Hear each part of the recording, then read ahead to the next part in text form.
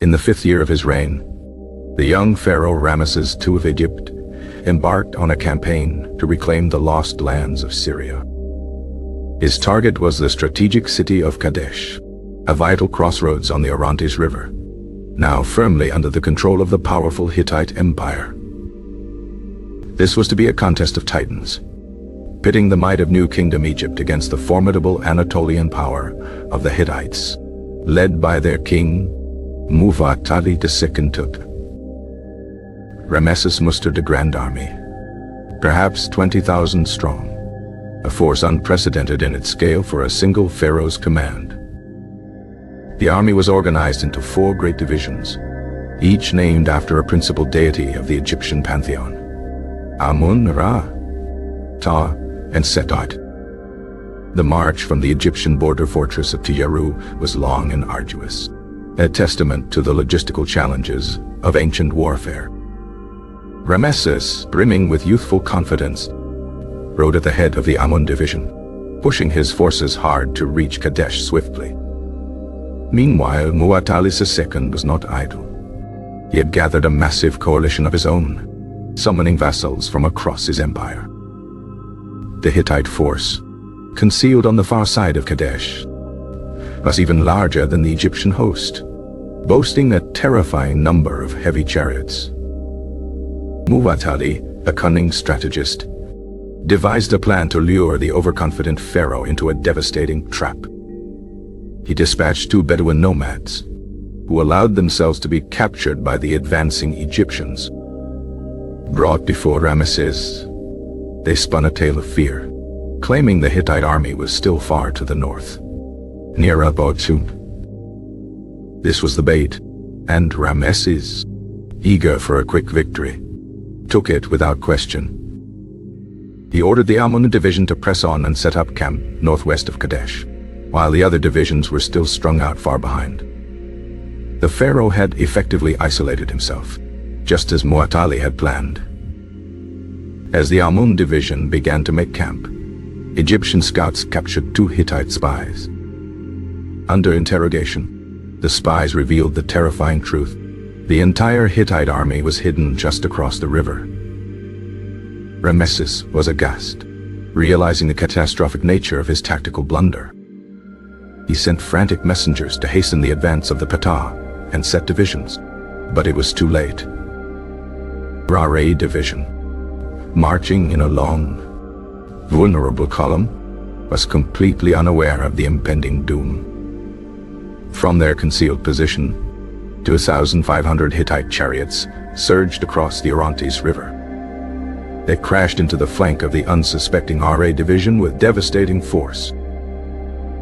The Egyptian lines shattered instantly. Discipline evaporated in a wave of pure panic. Survivors fled north towards Ramesses' camp, with the Hittite chariots in hot pursuit. The fleeing soldiers of Ra burst into the half-formed camp of Amun, dreading chaos and fear. The Hittite charioteers followed right behind them, storming the camp's defenses. Ramesses found himself surrounded, his elite division collapsing around him. In this moment of ultimate crisis, the pharaoh's character was forged. Later claimed to have called upon his father, the god Amun, for strength. Feeling a divine power course through him, he mounted his personal chariot, victory in Thebes. Single-handedly, or so the official accounts claim, he charged into the fray. He cut his way through the enemy ranks, a whirlwind of royal fury. His personal courage and sheer ferocity began to rally the scattered Egyptian troops. The Hittite charioteers, who had stopped to loot the rich Egyptian camp, were caught off guard. Their indiscipline and greed gave Ramesses a crucial window of opportunity. Ramesses led 6 charges, pushing the Hittites back towards the river. Just as the battle reached its peak, a new force unexpectedly arrived on the field. These were the Naharaim, a separate corps of Egyptian or Canaanite vassal troops who had been marching on a different coastal road. They smashed into the rear of the Hittite chariot force, completing their encirclement. The hunters had become the hunted. Many Hittite nobles and commanders were driven into the Orontes River and drowned. Muwatalli, watching from the far bank, was forced to commit his infantry reserves to salvage the situation. The battle raged until evening, a bloody stalemate with horrific casualties on both sides. Though Ramesses had saved his army from annihilation, he had failed to capture Kadesh. The next day, he withdrew his battered forces and began the long march back to Egypt. Both Ramesses and Muwatalli claimed a great victory in their official records. Ramesses covered the walls of Egyptian temples with inscriptions and reliefs depicting his personal heroism. The reality was a strategic failure for Egypt, but a personal triumph for the pharaoh's reputation. The Battle of Kadesh did not end the conflict between the two empires. It was followed by more than a decade of low-level warfare, raids, and diplomatic maneuvering. Neither side could gain a decisive advantage over the other. A new power was rising in the east. However, that would change the political calculus for both. The growing strength of Assyria posed a direct threat to the Hittite heartland and the stability of the entire region. Muwatalli's successor, Hattusili III, realized that the costly conflict with Egypt was a dangerous distraction. Decided that peace with his old enemy was not only desirable, but necessary for survival. Ramesses II, now a mature and experienced ruler, was also weary of the endless war. He recognized the strategic wisdom in securing his northern border against the Hittites to face other threats. Thus, after years of hostility, diplomatic envoys began to travel between the two great capitals, Hattusa and Pi-Ramesses. The negotiations were complex, requiring skilled diplomacy to overcome decades of mistrust. Finally, in the 21st year of Ramesses' reign, a groundbreaking agreement was reached. This was the Eternal Treaty, also known as the Treaty of Kadesh, the world's first recorded peace treaty. The text was drafted with remarkable parity, addressing both rulers as equals and brothers. It began with a declaration of peace, renouncing all future aggression between the two lands. A key clause established a mutual defense pact, a revolutionary concept for its time. If a third party were to attack Egypt, the Hittites were bound to come to their aid, and vice versa. The treaty also addressed the contentious issue of political fugitives and refugees. It stipulated that any refugee who fled from one land to the other must be returned. However, it included a humane provision that the returned fugitives should not be harmed. The agreement effectively established a fixed border between the two empires in Syria, ending their territorial disputes. The treaty was sworn by 1,000 gods and goddesses from both the Egyptian and Hittite pantheons. This divine invocation was meant to ensure that the peace would be eternal and unbreakable. A copy of the treaty was engraved on a silver tablet and delivered to Egypt. In Egypt, the text was publicly inscribed on the walls of the Karnak and Ramesseum temples for all to see. A corresponding version, written in Akkadian cuneiform on a clay tablet, was stored in the Hittite capital of Hattusa. The discovery of both versions in modern times provided an unprecedented, bilingual view of ancient diplomacy. To further cement the new relationship, a diplomatic marriage was arranged. 13 years after the treaty was signed, Hattusili's daughter was sent to Egypt to become one of Ramesses' great royal wives. Ramesses gave her the Egyptian name Ma-Thornefer-Ur, meaning one who sees Horus, the beauty of Ra. The peace between the two former rivals held for the remainder of their empire's existence. The Eternal Treaty stands as a remarkable achievement of ancient statecraft. It demonstrates that even the most bitter of enemies can choose diplomacy over conflict. The legacy of Kadesh is not just one of battle, but of the profound wisdom that follows it. It is a timeless lesson in the power of peace, etched in silver and clay for all eternity. The Egyptian chariots, light and fast, were designed for maneuverability and speed. Each carried a driver and an archer, a mobile platform for raining arrows upon the enemy. In contrast, the Hittite chariots were heavier and slower, built for shock tactics.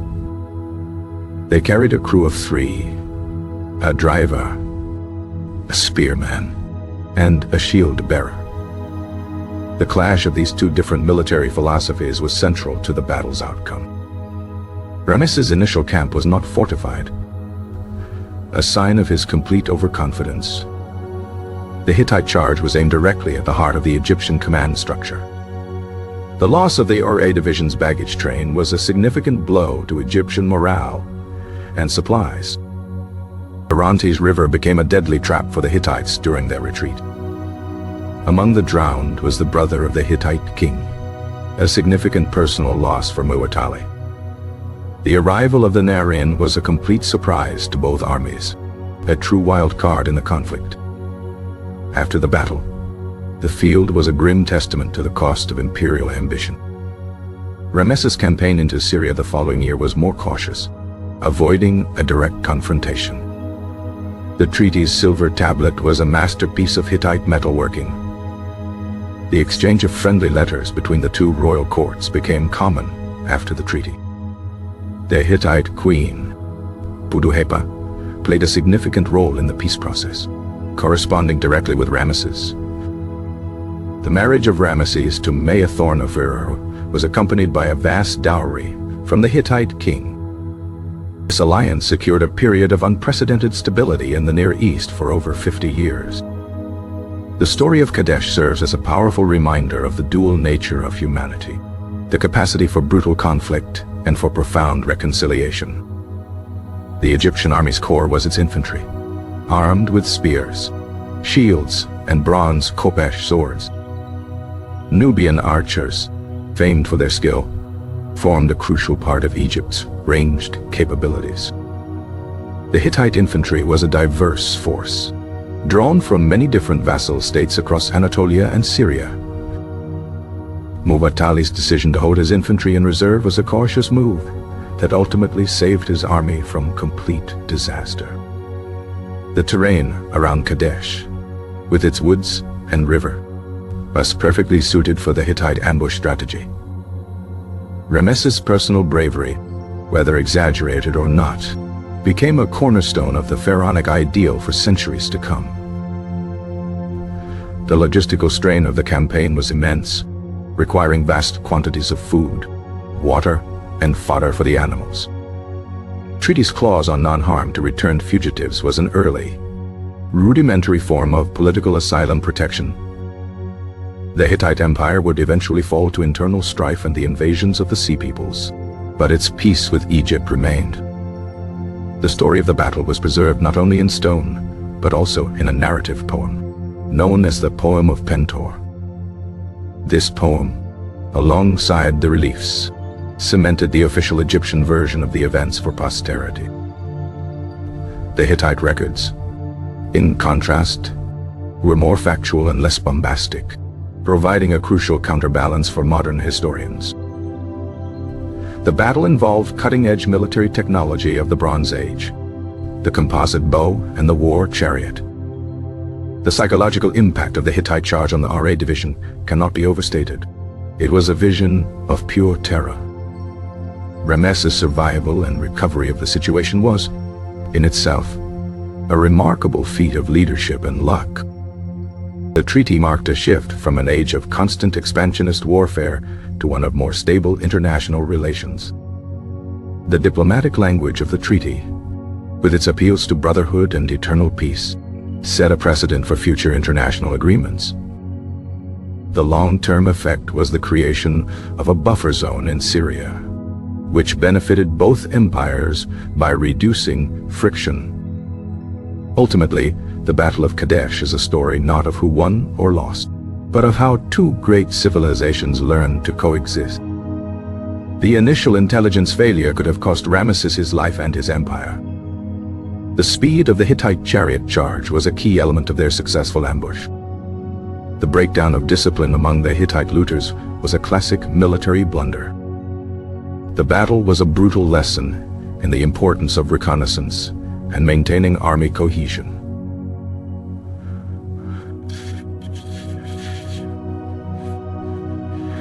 The peace treaty was a pragmatic response to a changing world, where new threats required old enemies to become allies.